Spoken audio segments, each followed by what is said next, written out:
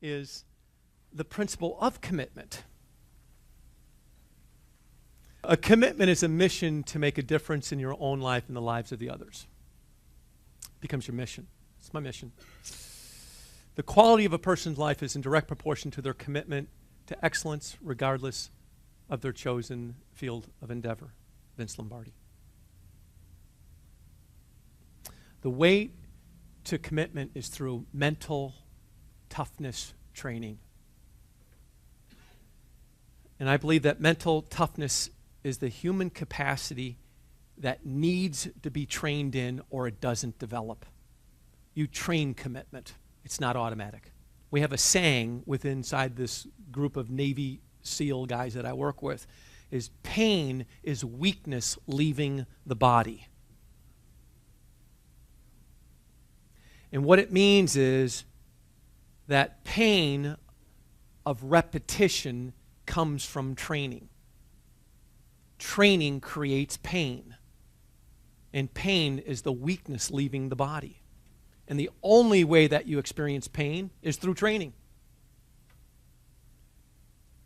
And making you stronger mentally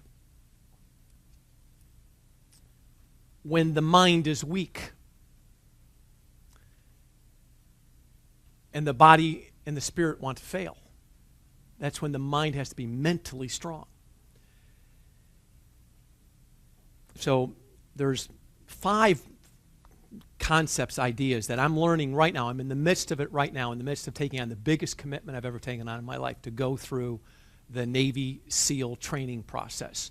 I'm going into Kokora camp on August 1st for a month, where I'll be sequestered for a month, and I'm going to work with 14 other guys, 23 to 29 years old, and I'm going to go through what they go through for a month, and then graduate in the Kokora school. And the level of commitment that it's required mentally is so much greater than I ever thought it would be. I thought it was going to be physical, but it's now beyond physical. It's now mental. It's all happening up here. And it requires mental toughness to keep the commitment. So what I'm learning is right now is that the bigger you play, the bigger the challenge you have, the stronger the mental commitment is. So when you say you're going to do something big, it requires that you make a huge commitment. I love what Howard Britton said. He said that the higher up the ladder of success you go, the more your butt is exposed. Oh, Howard. Yeah. But here's what I've learned from Mark and my SEAL friends is that discipline is what commitment is about. It's discipline. And discipline is willing to do whatever's next. Willing to do whatever's next. Discipline yourself to do whatever's next. And sometimes, you know what's next is put your next foot in front of you. And what's next is put the next foot in front of you. And the next is put the next foot in front of you. And the next put the next foot in front of you. Number 2 is clarity of thought under duress. That's what commitment is. Under stressful situations, clarity of thought. When the appraisal is falling apart, you're getting requests from the underwriter that are unreasonable, committed to their 5, 6, and 7 under duress, no matter what. Number 3 is calmness in the midst of chaos. It's an extraordinary commitment. And what I'm learning right now is called heart arousal, training the heart to do a series of extraordinary things physically, and then stop and get your heart rate back to normal as fast as possible so you can make clear decisions. And so when the call comes in and goes, oh, the appraisal is low, it didn't come in right, you explode and you don't have any energy to find solution because you lose your commitment to the problem as opposed to their 5, 6, and 7. And sometimes it might take just a couple of deep breaths and say, okay, what's their 5, 6, and 7? What really matters here? What's really going on? And taking a breath. And I'm learning that in a very extraordinary way. And the next one is learning how to suffer in silence. When something goes wrong, not broadcasting it to everybody. You're just giving it life. And you loosen your commitment the more that you give your suffering a voice. Yesterday, we did a training that the first half of the training, the first portion of the training was to do pull-ups. Anybody know what a pull-up is? You get on a bar. But we did pull-ups with a 30-pound kettlebell strapped to us. You had to do 20 pull-ups. Now, I could do one, then rest, then one, then rest, then one, then rest. And I'm working with these guys that are 23 and 29, and they could do 3 or 4 and then rest. So I know my capacity, so I do one, then I rest, one, then I rest. And I get through it. They're done, but I get through it. And then after that, we have to take a 75-pound kettlebell and do 75 sumo pull-ups, which is taking a kettlebell and lifting it up to here, pulling up here. That's a sumo with a 70-pound belt. And then the third part, this is called durability training. The third part is you take one of your fellow candidates with you and you carry them 800 meters on your back. It's called the 800-meter buddy carry. And what you're training yourself to do is that no one is ever left behind, period. If your buddy falls, you carry him in. And you train yourself that no matter what, nobody's left behind. And so here we're doing this 800-meter buddy carry. And so I've got this guy on my back, Max, 23-year-old. He's already got his papers. He's going to be a Navy SEAL guy. He's in the SEAL Academy right now. He's going through the process. He wants to get so tough that when he goes into the academy, into the actual basic underwater demolition, that he's going to blow right through it. He wants to be the top candidate. He wants to be the very best. So he's going through all of Mark's training before.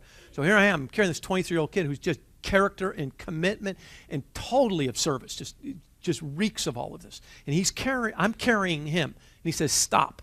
I said, what's wrong? He goes, suffer in silence, would you? And I said, what do you mean? He goes, you're telling me every 4 seconds how hard it is. I said, what do you mean? He goes, you're grunting too much. And the grunt is weakening me. Silence. And he's telling me the truth, because as I'm going, he's starting to get mentally weak. And he's starting to question his commitment and my commitment. And he says, put me down. He says, suffer in silence. And I tell you, something happens magical when you do that. You go inside, and you cannot express how much it hurts. What you have to do is find humor in it. So we take Mark's little mantra, and he looks at me and goes, you're looking good, you're feeling good, you ought to be in Hollywood. You're looking good, you're feeling good, you ought to be in Hollywood. Joe, you ought to be in Hollywood, you're looking so good, feeling so good. And he kept on saying that to me over and over again. And I started laughing, and all of a sudden all this energy came to me, and I just carried him all the way in. Now, tell yourself to suffer in silence, and watch yourself say, shut up. But get somebody on your team that's as committed as you are, and they say, hey, suffer in silence. Watch how quiet you'll get. How many of you noticed how many people can talk about how bad it is? And what they are doing is they're choosing to suffer with everyone. And what happens to your commitment when you're suffering? It loosens. And then the last one is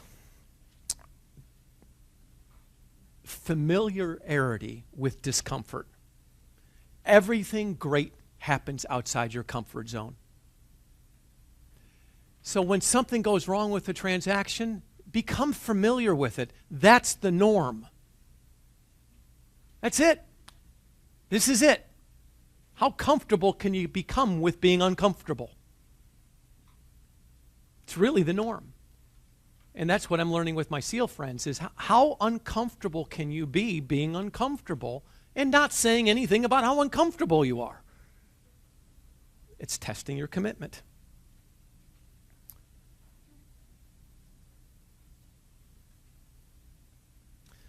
So the commitment part is around don't quit no matter what. You're sitting across the table with the person, and you want to access their 5, 6, and 7, no matter what. No matter what. You don't quit. You stay with them no matter what. Don't quit. Don't quit.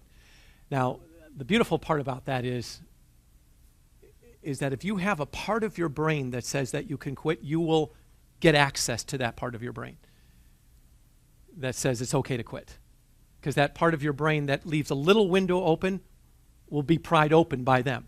It's what they say in SEAL training is that once you get in to the training, the number one job of your commander is to get you to consider quitting. And so if you have a little window open, just a little crack open, their job is to get in there and pry it open. And the way they do that is they yell at you. You scumbag, you dirtbag, you punk, you nothing. And what you want to do is you want to say, hey, you know what? I don't need to put up with this. And they just opened up the door. And then as soon as they get the foot in there, and Mark says, I could look in someone's eyes and know if I'm in their head. And if I can get in their head, I can just pry it open and they're gone. They'll ring the bell. And I got to find out here if they're going to ring the bell, because if they ring the bell out there, somebody dies. So I need to find out if they'll ring the bell here. That's commitment.